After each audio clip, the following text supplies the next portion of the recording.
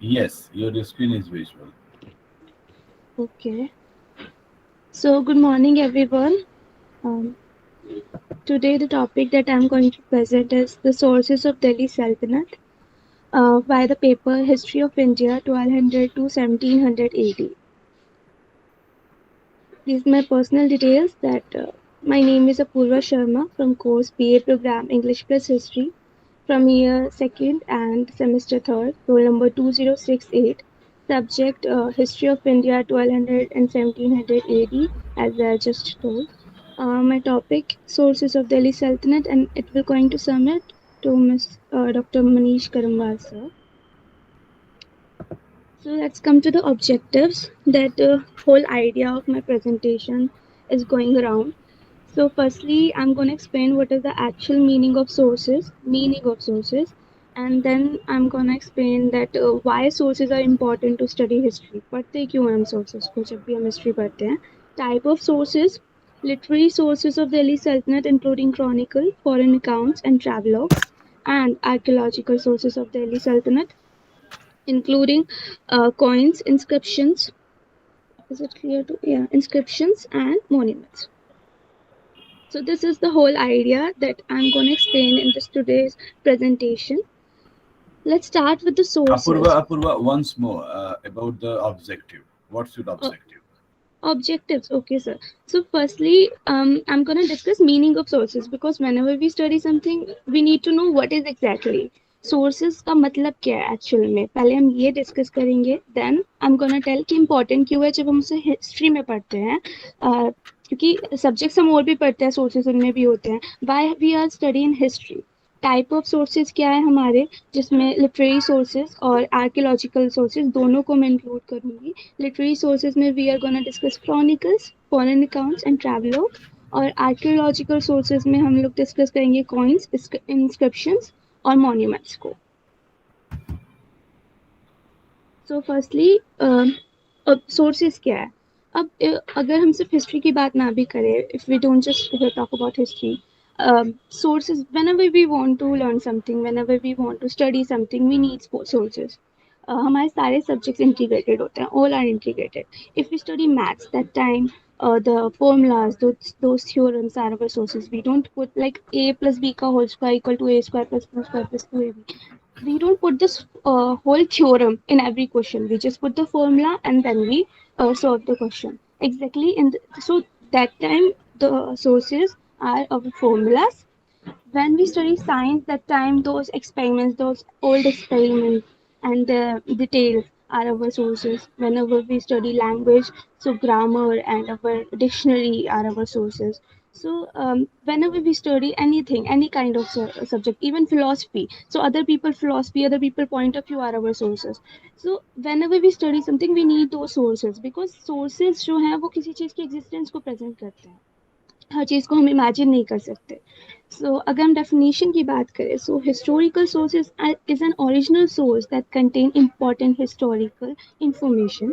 These sources are something that inform us about history at the most basic level, and these sources used as clue in order to study history.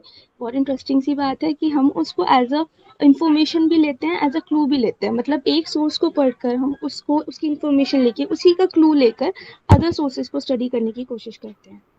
Now these three magical word sources made history, जो sir ने बहुत बार class में बोला है, ये तीन समझ कर तो पूरा सोर्स का कॉन्सेप्ट समझ आ जाता है. That sources made history. History बनती कैसे है? हम लोग खुद से इमेजिन तो नहीं कर लेंगे कि भाई अलाउद्दीन खिलजी नाम का कोई इंसान होगा होगा क्योंकि मैंने इमेजिन किया है. It's not like that. जब कोई उससे रिलेटेड हम लोगों को ग्रंथ मिला, ठीक है, या फिर हमें कोई डिटेल्ड उसके बारे में बायोग्राफी मिलती है, या उसके बनाए हुए हमें मोन्यूमेंट्स दिखते हैं, then we get to know that yes ऐसा कोई इंसान रहा होगा. हमारे एंसेस्टर से हमें ओरल हिस्ट्री के थ्रू ये थोड़ा पता चलता है. सो सोर्सेज मेड हिस्ट्री. अब हिस्टोरिकल सोर्सेज इंक्लूड करते हैं डॉक्यूमेंट्स को, आर्टिफैक्ट्स को, archaeological sites, features, oral transmission, stone inscription, painting, recorded sound, images and oral history. Oral history में थोड़ा रेलिवेंस में थोड़ा ऊपर नीचे हो जाता है बिकॉज सो मुँह सो बातें, थोड़ा ऊपर नीचे बातें हो जाती हैं, but it is also part of our history.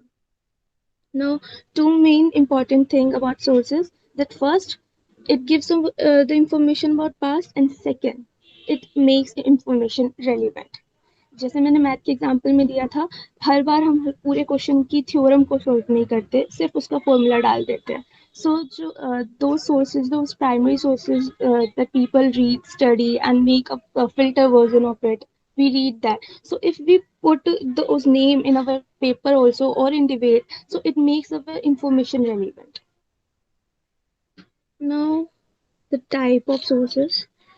There are three type of sources basically: primary sources, secondary sources, and oral sources. Primary source जो कि उस टाइम के प्रेजेंस में है, मतलब वहाँ उस टाइम पे लिखा गया हो या किसी ऐसे इंसान के द्वारा लिखा गया हो जो उस टाइम पे प्रेजेंट था. सेकेंडरी जो उस प्राइमरी सोर्स को स्टडी करके एक फिल्टर फॉर्म हमारे पास आती है. एंड ओरल हिस्ट्री जो हमारे फोक डांस या फिर जो लोकगीत और हमारे रिचुअल से, हमारे एंसेस्टर से हमें मिलता है. तो but I'm gonna discuss according to this, as you can this picture, the written sources and archaeological sources. Written sources also known as literary sources and archaeological sources. इसके थ्रू मैं आगे की डिस्कशन रखूंगा. Now, firstly, we are going to discuss literary sources. So, the literary sources are the information which is in written form, and their sources are journal, letters, book, report, document, etc. मतलब written form में हम लोगों के पास provided है, चाहे वो उसकी poet हो या फिर उनकी अलग से उनकी डिटेल बायोग्राफीज है, उन सबको हम लिटरेरी सोर्सेज में देखते हैं. ये कुछ फोटोग्राफ्स उन्हीं की है, तबकात नसीब, आप देख सकते हो. और most of the literary sources are written in Persian and Arabic that time, during that Sultanate period. Now I'm going to discuss some of their sources in detail, and then I'm going to present the tables where we can check out the whole idea of sources. So firstly, the Chachnama by Ali Kufi. It is a really important source, also known as the Fateh-Nama Sindh. So it's all about 7 to 8 AD, about the history of Sindh, like Chach Rajvansh history or victory of Arabs. Victory of Arabs on Sindh की explanation इसमें बहुत ज़्यादा है. Indian continent में इस्लाम का जो उदय हुआ था उसके बारे में इसमें डिटेल इंफॉर्मेशन है. सो यहाँ पे भी मैंने लिखा हुआ है, the Chachnama also known as the Fatehnama Sindh, story of the conquest of Sindh, is one of the main historical. Apurva, Yes, your sir. screen is not visible. Wait, sir.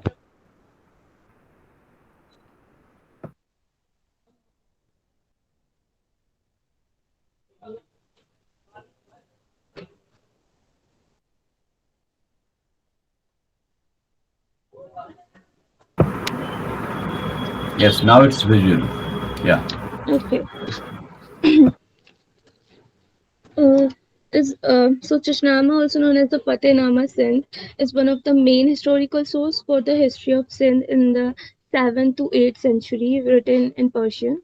It has been a source of colonial understanding of the origin of Islam and the Islamic conquest in the Indian subcontinent. जैसे मैंने अभी बताया. Now it's about Tajul Masih by Hassan Nizami. So Hassan Nizami was a Persian language poet and historian who lived in the 12th and 13th century. He migrated from Nisapur to Delhi in India, where he wrote Tajul Masih. इसमें बहुत ही detail account है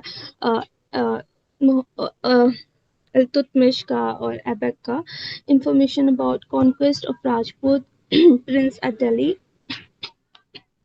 and Ajmer by एक Shihabuddin. चीज मैं आप लोगों को बता दूं, 2:30 to 3:30 क्लास होगी और उसमें मैं सबसे क्वेश्चन पूछूंगा जो क्वेश्चन आज सोर्सेज पे है. So everyone attend this class, and I'm going to ask question about sources. Rajiv and Subi, kindly put down on Google on that, जो भी हम लोग मैसेज देते हैं व्हाट्सएप पे कि 2:30 to 3:30 I will ask. Everyone will present and I'll ask question about the sources. Rajiv? Okay, sir. So go ahead. Yes, so First one. next Again, no. Previous one. from here. Okay, Yes. sir. Hmm. So as you can see here, there's a picture of Hassan Nizami and the book also, the Tajul Masir. Um, so it is all about 1192 to 1228 ईस्वी जिसमें कुतुबुद्दीन ऐबक के life rule से लेकर इल्तुतमिश के rule के starting year की explanation है, काफ़ी रिच इंफॉर्मेशन है. um, so it is also a really important book for reading if you are reading sources. Now next is Tabqat-e Nasiri by Minhaj Siraz, written in 1259 to 60 by Minhaj. We had close contact with Ghori and had helped post of Qazi Katib Sadre Jahan and principal of Nasiriya Madrasa. So as we can see, there's a lot of posts that he held on. It is an encyclopedic history from the patriarchs and prophets to the time of Nasruddin Muhammad, info about early Turkish Sultan and their Maliks and Amirs. So he gives information about the victory of Muhammad Ghori on India and history till 1260 Ishvi of Turkish Sultan. He dedicated this book to the ruler of Ghulam Vansh, Nasruddin Muhammad. Next is a yeah. Next is Tariq Firoz Shahi by Ziauddin Bardi. This is the picture of the book. So it is the finest specimen of Indian Persian historiography produced during the Sultanate period in India, during the region of Firoz Shah Tughlaq. Little bit louder, Apurva, louder. अच्छे. Okay sir, okay, sorry sir. Slow louder और इस पे भी focus कीजिए, हर एक slide पे रुकिए और थोड़ा फोकस कीजिए उसको. Okay sir. So it gives information about political activities and cultural affairs of Khilji and the Tughlaq period. अब यहाँ 2 points में क्लियर हो जाता है, पॉलिटिकल एंड कल्चर दोनों, यानी हमारी कोर्ट से रिलेटेड भी और लोकल पीपल के से रिलेटेड भी इंफॉर्मेशन काफ़ी ज़्यादा मिलती है इसमें खलजी पीरियड और तुगलक पीरियड में पीरियड की. सो जो ये गयासुद्दीन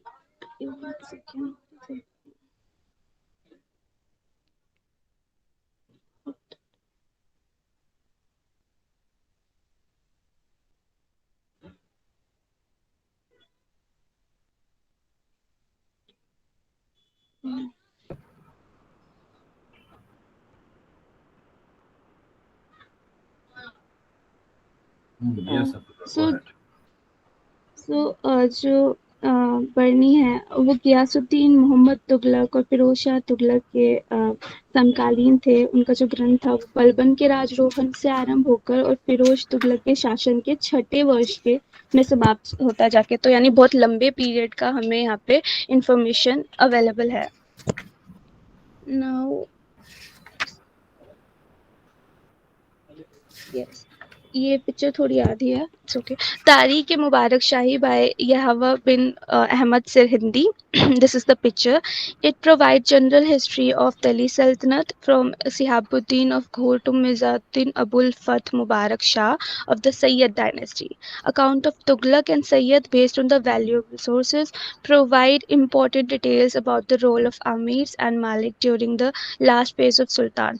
अब अमीर्स एंड मालिक्स के बारे में अगर ये बात करते हैं तो it's give the detail of administration basically. और सिरहिंदी को सैयद रूलर मुबारक शाह का असर प्राप्त था. इस बुक में उन्होंने स्टार्ट मोहम्मद गोरी के अटैक से और सैयद डायनेस्टी के थर्ड रूलर मोहम्मद शाह तक का इतिहास लिखा है. सो it is also a very important book for reading as an historian or her history students. Now next is the Siyasatnama by Nizamul Mulk Tusi, Tehran. So in all it consists of 50 chapters concerning regional politics and various other issues of the day, with the final 11 chapters. It covers the proper role of soldier, police, spies and finance officers. So as we can see points, बहुत ही interesting book है because we can read about like पूरा administration, पूरा justice system इसे अच्छे से read कर सकते हैं, because all he talk about soldiers, police, spies and finance officers. Describe the institute of training slaves for the impartial service, study of impartial slave household of early Turkish sultan. So uh, हमने खुद पढ़ा है that जो slaves हैं वो उस time पे एक अलग ही रोल प्ले करते थे. सो अकॉर्डिंग टू दैट उनकी ट्रेनिंग और उनकी लाइफ से रिलेटेड बहुत interesting information it is given in सियासतनामा.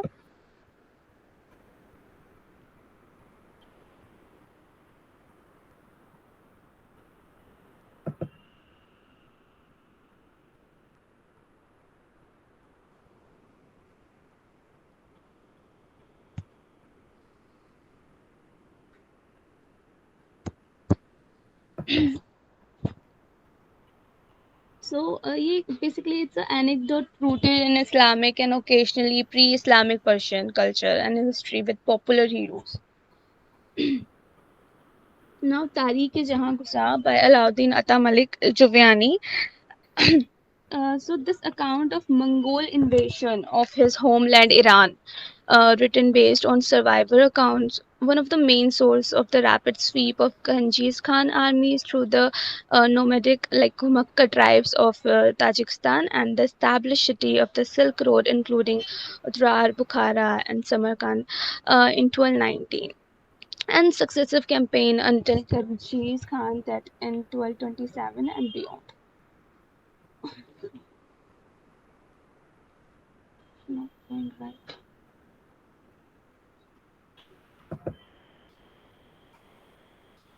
एक मिनट, गिव इट टाइम. सो हमने अभी तक क्या डिस्कस किया? We had discuss about the first book. It was Abu Rayhan al Biruni, अल बिरूनी की किताबुल हिंद. और इसमें 11th सेंचुरी के बारे में बात की गई है. उसके बाद यहाँ पे चचनामा अली कुफी ने लिखी है. और यहाँ पे जो डिस्कस किया वो ये है कि सिंध पर अरब अटैक कैसे हुआ. ठीक है, अरब अटैक्स ऑन सिंध. उसके बाद हसन निजामी की बुक है ताजुल मासीर. इसमें ये जो फर्स्ट बुक है जहाँ पे ऑफिशियल कलेक्शन है सब चीज़ों का, ऑफिशियल ताजुल मासीर, हसन निजामी ताजुल मासीर. और इसमें कुतुबुद्दीन ऐबक और इल्तुतमिश के जो एक्सपेडिशन है उनके बारे में लिखा हुआ है. कुतुबुद्दीन ऐबक और इल्तुतमिश, ताजुल मासीर. उसके बाद मिनहाजुस सिराज की बात इसने की. और मिनहाजुस सिराज ने तबकात नासिरी लिखी है. और उसमें इसने पैगंबर से लेकर तबकात नासिरी में मिनहाजुस सिराज ने पैगंबर यानी कि the birth of the profit से लेकर और नसरुद्दीन महमूद यानी कि बलबन के पहले के बारे में लिखा है मिनहाजुस सिराज ने. ठीक है ना, तबकात नासिरी में from the first day and till the Nasiruddin Mahmud. ये आप लोगों को याद होना चाहिए. Yes, go ahead Apurva. So the next book is Kitabul Hind by Abu Rayhan al-Biruni. So Kitabul Hind was written by al-Biruni in 1301. It is also known by the name of Turkish ul Hind. His book is divided into 80 chapters. It is simple and lucid, deals with the various subjects like religion, philosophy, astronomy, laws, social custom, as well as the political life of people. Gives valuable information about the life and condition of the Indian people during 11th century. देखा जाए तो धर्म और दर्शन, त्योहार, खगोल विज्ञान, रीति रिवाज, प्रथाओं अर्चना, और सर ब्लैंक है, the screen is not showing. Apurva एक बार फिक्स कीजिए, आपका स्क्रीन बार बार चला जा रहा है. Connelly fix it. Okay sir. So she is talking about the Al-Baruni. Okay, अभी वो Al-Baruni के बारे में बात कर रही है. ठीक है. Now is it visible? Yes. Yeah.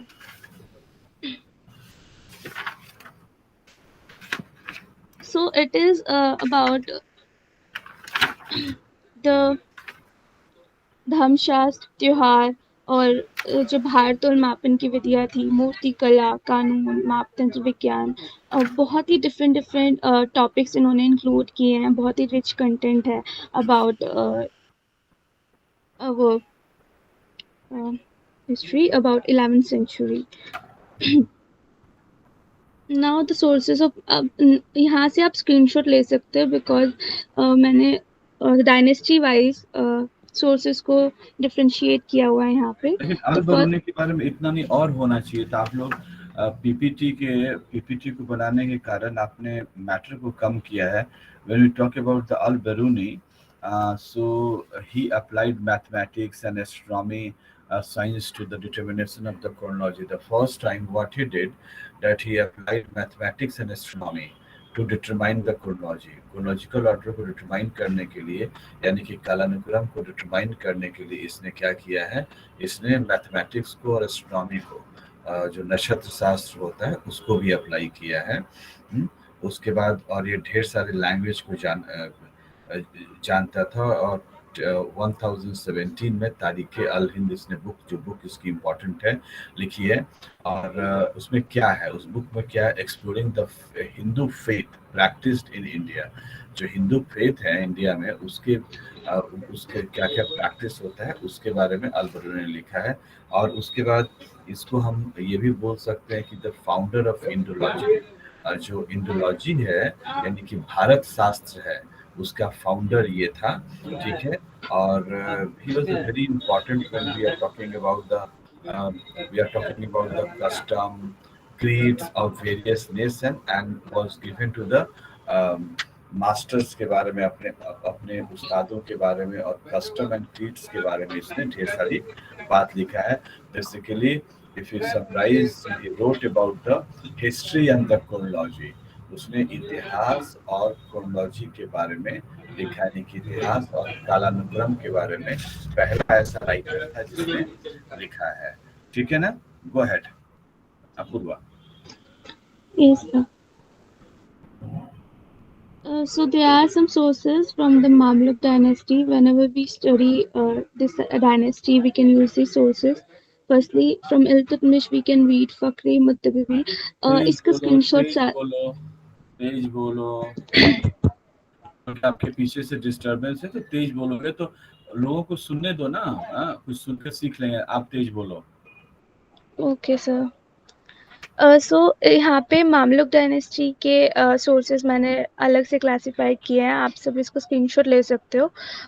Firstly Iltutmish का है फ़क्र मुद्दबीर बाय अब्दुल हर्ब वाश सुजाद। Second Diwane Jamaluddin Hansvi by Sheikh Jamaluddin Hansvi. Third is Sanai Muhammad by Ziauddin Barani and then Tajul Masir by Sadruddin Hasan Nizami. Then Ghiyasuddin Balban को रीड करते वक्त हम ये सोर्सेस पढ़ सकते हैं। मकतूबात ए सैयद अशराज जहांगीर, सरूर सादुर, तहफुत्तु सिगार बाय अमीर खुसरो और वस्तुल हयात by Amir Khusro.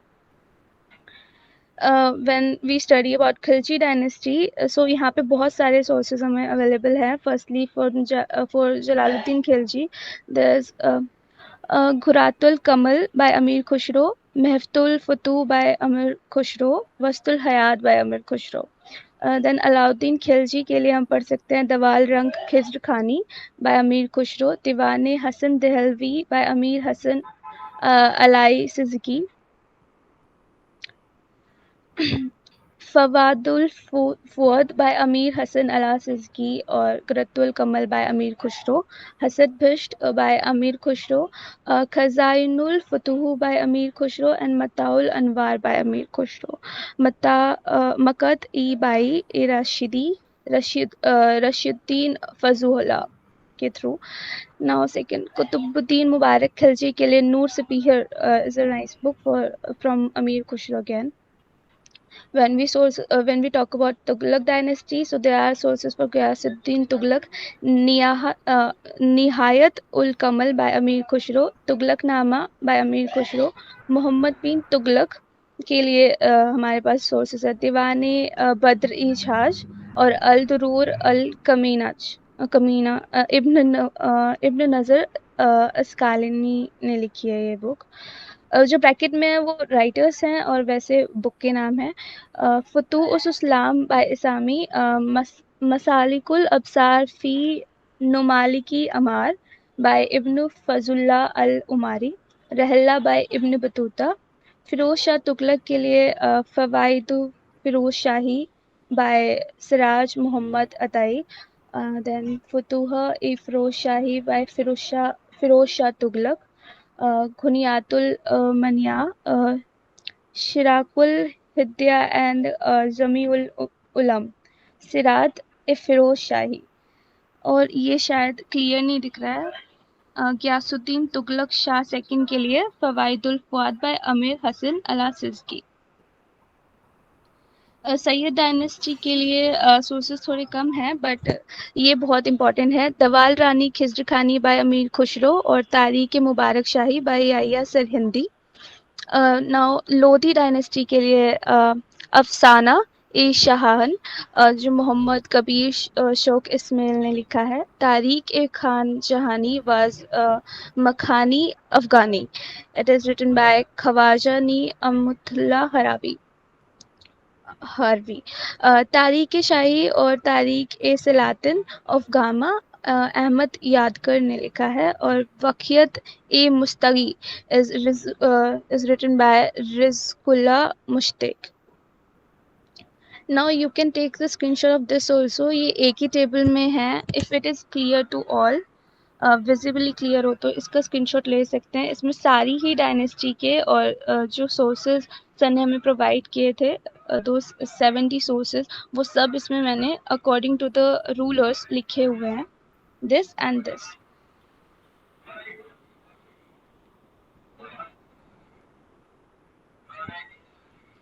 Now detail biographies हैं कुछ, जैसे हबीबुल्ला की the foundation of Muslim rule in India, Halim A की history of Lodhi sultans of Delhi and Agra, Husain A M Tughluq dynasty Lal KS की हिस्ट्री ऑफ खलजीज, और के निज़ामी की religion politics in India during the 13th century. So these are the detailed biography that we can use as a sources. Now here are some travelogues. किताबी रहला Ibn Battuta के through, मतलोस Sadin व मुहम्मल Bahrain bye Abdul Razzaq, जो कि Persian scholar थे, who was sent as an ambassador to Vijayanagar for 2 years. Now Marco Polo, a European traveler, and Niccolo de Conti, now is it visible, I think, Venetian travel.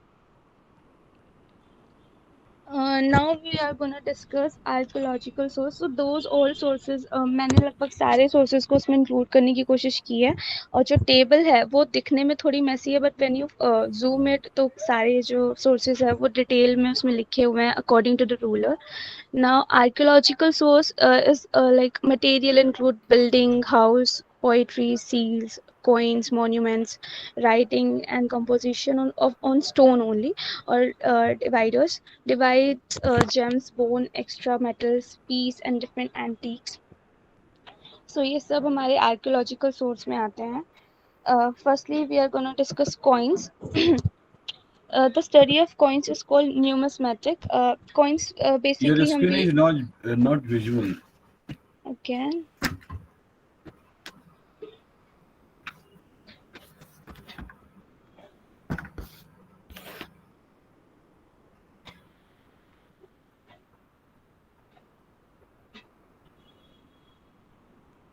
ये जो study हम लोग coins की करते हैं उसको numismatics कहते हैं। और जो सुल्तान उस टाइम के दिल्ली सल्तनत के सुल्तान्स ने काफ़ी सारे कॉइन्स जो हैं वो जारी करवाए थे, जैसे कि अगर हम देखें गोल्ड दिनार जो है ये तुगलक सुल्तान ने मोहम्मद बिन तुगलक ने जारी करवाया था, जो कि 9.1 ग्राम का था उस टाइम पे। ऐसे ये बिलियन जिलाल इट्स बाय रज़िया सुल्तान, रज़िया सुल्तान के थ्रू ये हुआ था। उम्मदत उल निस्वान इसमें इसका नाम डाला गया था उस टाइम पे।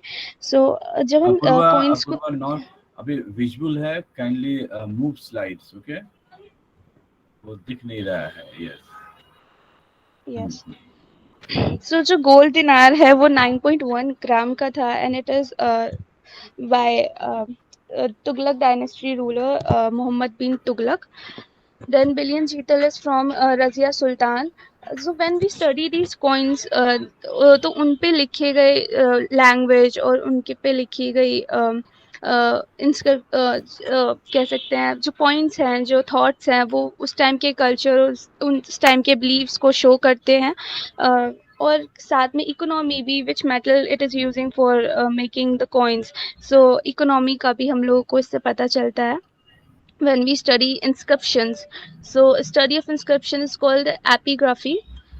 इसमें जो है written craved होते हैं जो कि हार्ड ऑब्जेक्ट पे किए जाते हैं, like seal, stone pillars, rock, copper plates, temple walls and bricks और इमेजेस. ये जो पिक्चर है ये कुतुब मीनार की है, उसकी एक इंस्क्रिप्शन की है. तो जब हम अभी हम मोन्यूमेंट्स की बात करेंगे, when we visit there, when we saw those walls, तो उस पे ये ओकेरिड चीज़ें हम लोग अगर स्टडी कर सके या फिर उसको समझने की कोशिश कर सके, so it is also a valuable source when we study history.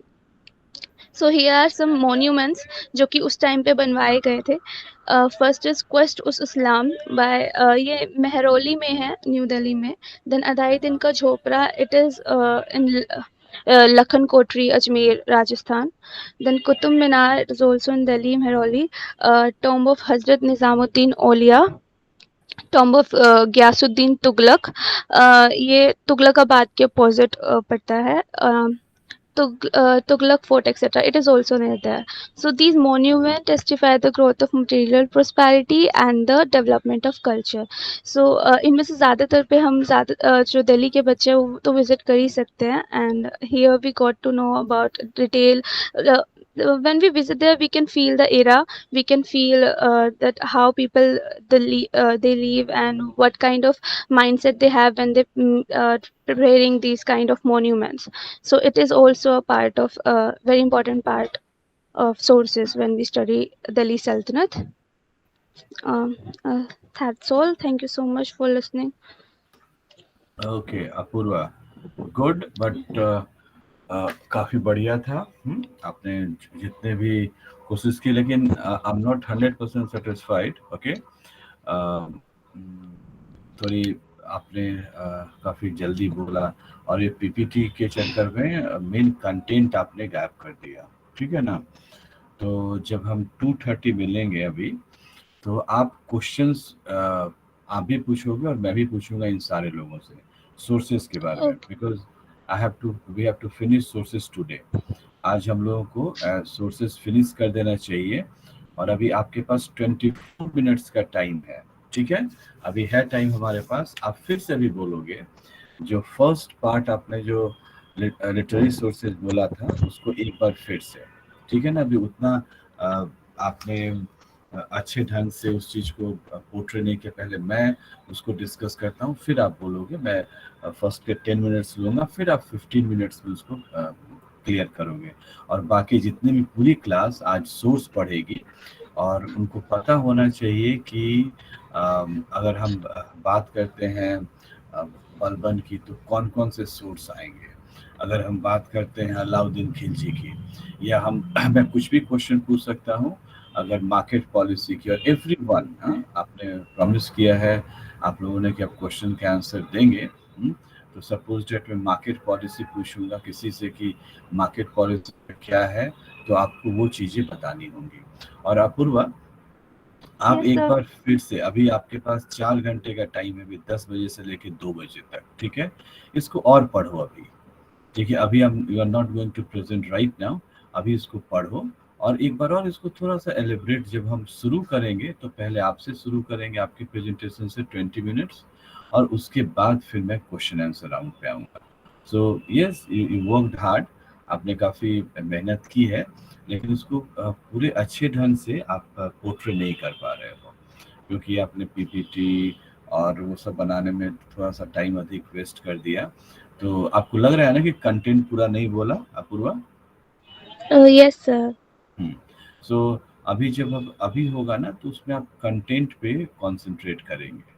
2:30, क्योंकि मैं क्लास लेने के मूड में नहीं था उस समय, क्योंकि ऑलरेडी क्लास हो चुकी। लेकिन क्लास का मतलब होता है something good and something effective. No doubt आपने मेहनत काफ़ी की है, लेकिन उस तरह से उसको प्रेजेंट नहीं किया है। तो अभी आपके पास पूरा वक्त है, इसी में इन्वॉल्व हो जाओ। और पहले आपका प्रेजेंटेशन होगा और फिर मैं आप लोगों से क्वेश्चन पूछूंगा। क्वेश्चन क्या रहेगा? क्वेश्चन रहेगा कि अगर अलाउद्दीन खिलजी की मार्केट पॉलिसी को पढ़ना है या फिर आर्ट एंड आर्किटेक्चर को पढ़ना है, पहले जितने भी जो क्वेश्चंस मैंने लिखवाए हैं उसके कौन कौन से सोर्स होंगे, ठीक है? जितने भी क्वेश्चन है, मान लीजिए हम बात करते हैं दिल्ली सल्तनत के आर्ट एंड आर्किटेक्चर के बारे में, या और खासकर उन लोगों से जिनको ये टॉपिक असाइन किया हुआ है। राजीव, आप उस समय टॉपिक देख लीजिएगा, यानी कि मैं उनसे वो क्वेश्चन पूछूंगा। सपोज दैट अर्चना को टॉपिक असाइन किया। अर्चना, क्या असाइन है आपको topic? Expansion consolidation of Delhi सल्तनत। यस। तो अर्चना से पूछा जाएगा, वो ये क्वेश्चन तो 100% रहेगा कि what are the sources when we are going to write about the consolidation expansion of Delhi Sultanate. उससे जिस तरह से मैंने इक्ता दिया है जिसको, उससे पहला क्वेश्चन रहेगा। तो आप लोग अभी से जाके और जो जिनको नहीं दिया गया है वो पूरा पढ़ेंगे कि मैं कहीं से किसी से क्वेश्चन पूछ सकता हूँ कि suppose that if we are going to discuss about the um, exodus from Delhi to Daulatabad. So what are the sources when we are going to talk about the Delhi to Daulatabad? और जिन लोगों का administration है उनका क्या है, उनके source क्या होगा। और राइट लिखिए, उसको प्रोनाउंस कीजिए और यहाँ पे क्लास में बोलना है। और अपूर्वा, थोड़ा वर्क करो और इस पे जितनी भी चीज़ें आपने बोली है बहुत अच्छा आपने कंपाइल किया है, no doubt it is fantastic. लेकिन इसको थोड़ा प्रेजेंट और ढंग से करना होगा। तो आप पहले प्रेजेंट करोगे और उसके बाद मैं क्वेश्चन पूछूंगा, क्योंकि I am not satisfied with what we are going to do right now. Okay, so ये रहेगा तरीका। जितने लोगों के पास क्वेश्चन है आपसे प्रेजेंटेशन करने का, वो उस कंसर्न टॉपिक के बारे में सोर्स लिखेंगे। और बाकी से मैं कुछ भी पूछ सकता हूँ तो वो, और आपको मिलेगा कहाँ पे ये ठीक है ना? ये मिलेगा कहाँ? आपको याद होगा मैंने अभी आप लोगों को एक पीपीटी भेजी है और आप लोगों को इग्नू का बुकलेट भेजा है। तो अगर इग्नू के बुकलेट में मुझे लगता है कि फर्स्ट ब्लॉक के फर्स्ट यूनिट में किसी ने टर्न करके देखा इग्नू का बुकलेट? एनीबॉडी पूरी क्लास में? नहीं। Yes sir. उसमें है सोर्सेज? उसमें सोर्सेज है? यस सर, पहला वाला में। हाँ, तो ब्लॉक 1 यूनिट 1 आप जाइएगा, जो टर्न कीजिएगा आपको सोर्सेज मिलेगा वैसे। और लिख के तभी आप लगी 4 घंटे आपके पास है सोर्सेज बनाने के लिए। ब्रेकफास्ट हो गया होगा, स्नान करना जरूरी नहीं है। So go and take your tip on Indian sources में। देखिए मैं भी आता हूँ और सबसे क्वेश्चन पूछे। अगर आप लोगों ने प्रॉमिस किया था कि अब सब लोग बोलेंगे, तो सुमन गेट रेडी। समझ रहे हैं सुमन? Yes sir. हाँ, तो घूमना फिरना काफी हो गया है आपका। और आप लास्ट लेक्चर में भी नहीं थे सुमन? सर वो शॉपिंग करने गए थे दिवाली की, इसलिए। रेगुलर हो जाओ, दिवाली हर एक साल हर एक साल आएगा। लेकिन जब सेकेंड ईयर में 0 मार्क्स आएंगे ना, तो फिर वो वापस नहीं होगा। ठीक है, दिवाली तो हर एक साल आ सकता है। जितने साल आप हो इस दुनिया में, दिवाली आते रहेगा। ठीक है ना? और खुशी है तो दिवाली है। ठीक है, तो अब दिवाली कभी भी मना लेना। अभी आप सोर्स पढ़िए और अभी से लेके सोर्स में डीप डाउन, जैसे कि मैं किसी तरह से क्वेश्चन पूछ सकता हूँ कि अगर हम बलबन खोलें, जैसे कि अपूर्वा ने बताया कि बलबन को पढ़ने के लिए क्या क्या सोर्सेज है आपके पास। अलाउद्दीन, तो आपको क्या तैयार करना पड़ेगा? अगर आप 3 तरीके से, पहला तरीका हुआ आपको जो किंग है, सुल्तान है, उनके अकॉर्डिंग टू सुल्तान्स। ठीक है। दूसरा अकॉर्डिंग टू क्वेश्चंस, ये 2 तरीका हो गया। अकॉर्डिंग टू सुल्तान, ठीक है। Suppose that if you are going to know about the Balban, so what are the sources? एक तो पहला हो गया, और दूसरा आप कहोगे according to question. Suppose that you are going to write about the sultanate, हाँ, तो आप सल्तनत के आपने पेंटिंग्स के बारे में, आर्ट के बारे में, तो what are the sources about the art, art के बारे में क्या सोर्सेज है। ये दो तरीका हो गया। तीसरा तरीका हो गया पूछने का क्वेश्चन कि सपोज दैट 11 to 12 सेंचुरी में कौन कौन से इंपॉर्टेंट सोर्सेज थे। और चौथा तरीका हो गया इंडिविजुअल, बर्नी, अल-बरूनी, बर्नी, मिनहाजुस सिराज, अफीफ, इसामी, इनके बारे में बताइए। तो किसी भी तरीके से तो go and deep down to the sources. Sources में आप लोग देखिए, बहुत इम्पोर्टेंट है, क्योंकि सोर्सेज नहीं पढ़ेंगे तो आपको इम्पोर्टेंट चीज़ नहीं होगी। चलिए अभी टाइम वेस्ट नहीं हम करेंगे। हमने उस दिन अभी तो मुझे आप लोगों को ये करने का मन कर रहा है कि चलिए 4 घंटे में पढ़ाता रहूं। आइडिया नहीं था मुझे कि आई एम नॉट हैप्पी कि इतने, एक तो वही है कि कम लोग, फिर वही बात हो गई। अब देखिए यहाँ पे टाइम है हमारे पास 16 मिनट्स अभी, तो उस 16 मिनट्स में हमने क्या क्या, जैसे सबसे पहले तो हमने पढ़ा था मोहम्मद बिन तुगलक और एक्जाडस और क्या क्या रीजन थे, किसने क्या बोला है एक्जाडस के बारे में, ठीक है। हमने ये क्वेश्चन आप लोगों के साथ डिस्कस किया था। और अभी हम ये क्वेश्चन अभी थोड़ा सा, अभी जब तक हमारे पास टाइम है